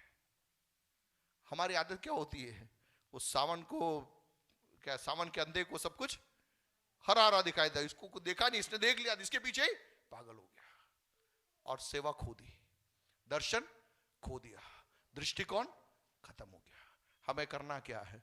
प्रभु जब तू देगा हम और एक कदम पीछे हो जाएंगे और हमारे मुख से निकले, प्रभु मैं तो तेरा याजक हूं, मुझे तो तू चाहिए, मुझे तो तू चाहिए। और उस क्रम में जब हम आगे बढ़े रहेंगे, एक के बाद एक आशीषों को प्रभु हमारे सामने डालेगा, क्योंकि प्रभु समझ जाएगा हम विश्वास योग्यता के साथ में रहने वाले लोग हैं। अब्राहम के परिवार में संतान नहीं थी, प्रभु ने उसको संतान दे दिया। क्या मिल गया? प्रभु ने एक संतान मिल गई। इसके बाद में परमेश्वर ने अब्राहम से कहा, अब्राहम तेरा इकलौता बेटा जो मैंने तुझे दिया है, उस इकलौते बेटे को क्या तू मुझे सौंप सकता है क्या? अगर हम होते तो प्रभु को याद दिलाते, प्रभु तेरे वायदे कैसे पूरे होंगे? तेरे तो बोला कि मेरी पीढ़ियां आसमान के तारों के समान होगी, मैदान की धूल के कण के समान होगी। अब तूने जो एक दिया है, उस एक को तो मुझसे वापस ले रहा है। लेकिन अब्राहम को एक भरोसा था, जिसने एक दिया वो राख से भी मेरे लिए पीढ़ियों को खड़ा कर सकता है। हालेलुया। कहने का तात्पर्य प्रियो, मेरे और आपके जीवन के अंदर परमेश्वर के साथ का हमारा जो रिलेशनशिप है, जो हमारा रिश्ता है, उस रिश्ते के बीच में और कोई भी चीज नहीं आनी चाहिए। प्रभु देगा, बहुतायत से देगा, दौड़ा दौड़ा के प्रभु हमें आशीष देगा, हमारी पीढ़ियों को परमेश्वर प्रसिद्धि के स्थान में ले जाएगा। लेकिन हमारे अंदर अपने बारे में एक जानकारी होनी चाहिए, मैं तो यहोवा का याजक कहलाना चाहूंगा, मैं तो परमेश्वर का दास कहलाना चाहूंगा, क्योंकि उसके हुजूरी में ही मेरी सबसे बड़ी आशीष छिपी हुई है। हालेलुया। 8वां पद, क्योंकि मैं यहोवा न्याय से प्रीति रखता हूं, मैं अन्याय और डकैती से क्या करता हूं? घृणा करता हूं। इसलिए मैं उनको उनका प्रतिफल कैसे दूंगा? सच्चाई से दूंगा। जो बने रहते हैं, जो खरे बने रहते हैं, जो यहोवा के याजक के रूप में कहलाना चाहते, उनकी बात यहां हो रही है। इसलिए मैं उनको उनका प्रतिफल सच्चाई से दूंगा और उनके साथ सदा की वाचा बांधूंगा। बोलिए सदा की वाचा, जोर से बोले सदा की वाचा। हर मौसम में आपका वृक्ष लहलहाता रहेगा। हालेलुया। देखिए, जो परमेश्वर के साथ सदा की वाचा में रहता है, वो बादलों को नहीं देखता है, वो पानी को नहीं देख रहा है, उसको कोई लेना देना नहीं है। उसको एक बात मालूम है, जिसने वाचा बांधी है वह मुझे फलवंत रखेगा।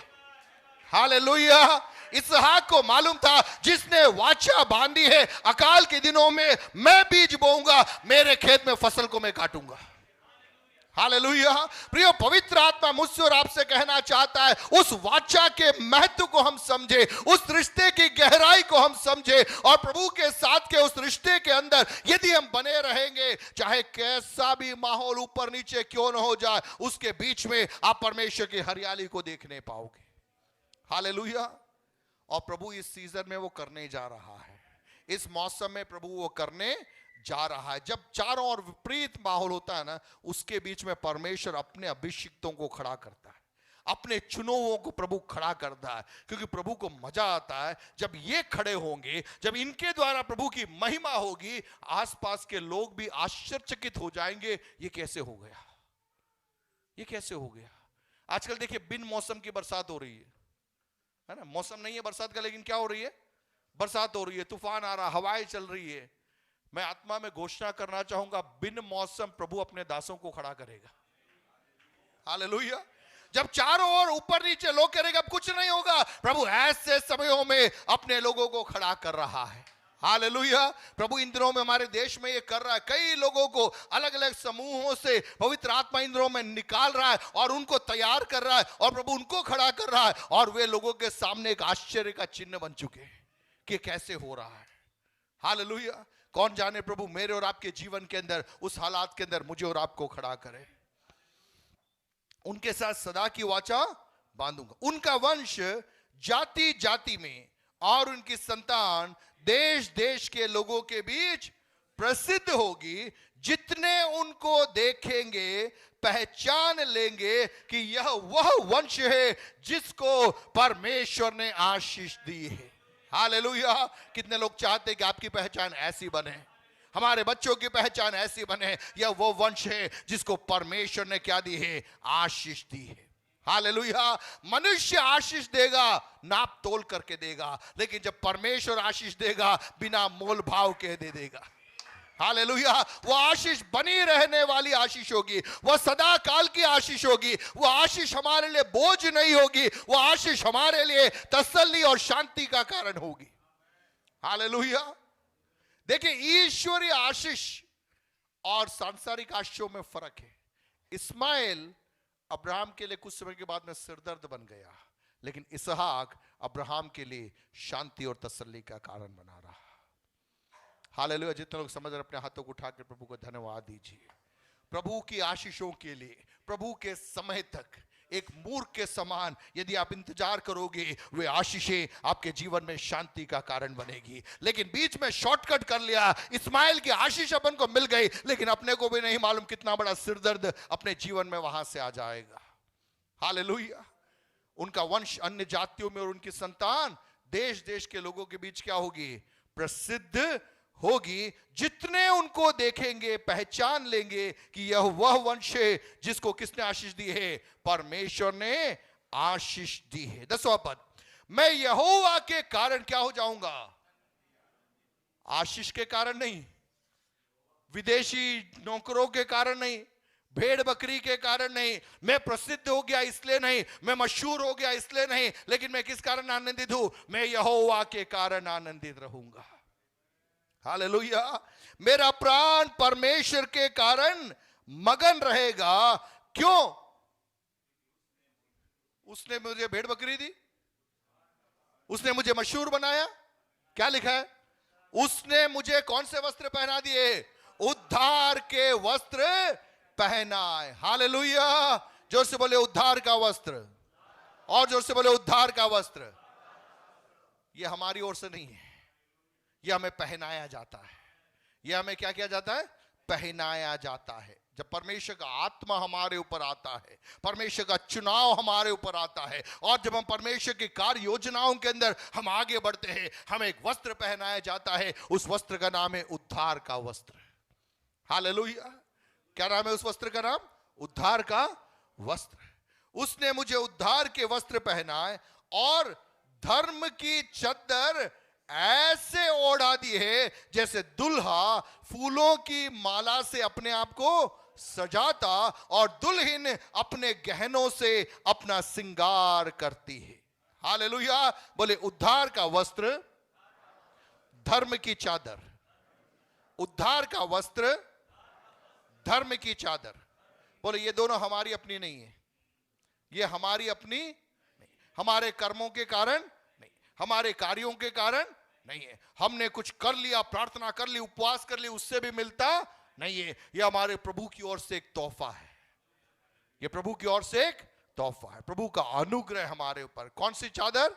धर्म की चादर। कौन सा वस्त्र? उद्धार का वस्त्र। भूलना मत, उद्धार का वस्त्र और धर्म की चादर। कैसे ओढ़ा दी? जैसे दुल्हा फूलों की माला। शादी में दुल्हा क्या पहनता है? माला पहनता है। दुल्हन गहनों से अपना श्रृंगार करती है। कितने गहने पहनती है दुल्हन? कई बार फेसबुक में देखते हैं दुल्हन दिखाई नहीं दे रही, पूरी गहनों से, मालों से, माला पूरा पहना हुआ है। प्रभु कह रहा है मैं धर्म की चादर ऐसे उड़ाने जा रहा हूं। हालेलुया। तो लोग अगर आपको चादर नहीं भी ओढ़ा है तो भी टेंशन करने की जरूरत नहीं है। आपका परमेश्वर आपके ऊपर धर्म की चादर ओढ़ा रहा है, राइचियसनेस की चादर ओढ़ा रहा है। हालेलुया। और जब वो धर्म की चादर ओढ़ा देता है, शैतान आपके खिलाफ आरोप प्रत्यारोप नहीं लगा सकता। हालेलुया। हालेलुया। जब तक वो चादर नहीं है, शैतान गड़बड़ी लाने की कोशिश करेगा। लेकिन जब आप प्रभु के लिए खड़े रहेंगे, प्रभु उद्धार का वस्त्र आपको पहनाएगा, धर्म की चादर आपको ओढ़ाएगा। 11वां पद, क्योंकि जैसे भूमि अपनी उपज को उगाती और बारी में जो कुछ बोया जाता है उसको वह उपजाती है, वैसे ही प्रभु यहोवा सब जातियों के सामने, जोर से बोले सब जातियों के सामने, बोले सब जातियों के सामने, सब जातियों के सामने दो चीजों को प्रभु बढ़ाएगा। कौन सी चीजें? पहला धार्मिकता, बोलिए धार्मिकता। दूसरा धन्यवाद। धार्मिकता और धन्यवाद कौन बढ़ाएगा? परमेश्वर बढ़ाएगा। किसके सामने बढ़ाएगा? जातियों के सामने बढ़ाएगा। किसके कारण बढ़ाएगा? उसके उद्धार के वस्त्र और धर्म की चादर हमारे ऊपर ओढ़ाने के कारण। हालेलुया। जब उसने उसके उद्धार का वस्त्र हमारे ऊपर पहना लिया, धर्म का चादर हमें ओढ़ा दिया और हमें जब खड़ा किया, जब लोग हमें देखेंगे, लोग हमें नहीं देख रहे, उस उद्धार के वस्त्र को देख रहे, उस धर्म की चादर को देख रहे, और जब वे उसे देखेंगे, परमेश्वर जातियों के सामने धार्मिकता और धन्यवाद को बढ़ाएगा। Hallelujah, hallelujah. लेकिन कई बार क्या होता है, ये वस्त्र पहनने से पहले ही अपन खड़े हो जाते स्टेज पे, तब लोग धार्मिकता को नहीं देख रहे, धन्यवाद भी नहीं हो रहा है, लोग किसको देख रहे हैं? मुझे देख रहे हैं, मुझे देख रहे हैं। आप समझे? होना क्या है? धार्मिकता का वस्त्र, उद्धार की चादर, सॉरी धर्म का चादर और धार्मिक उद्धार का वस्त्र।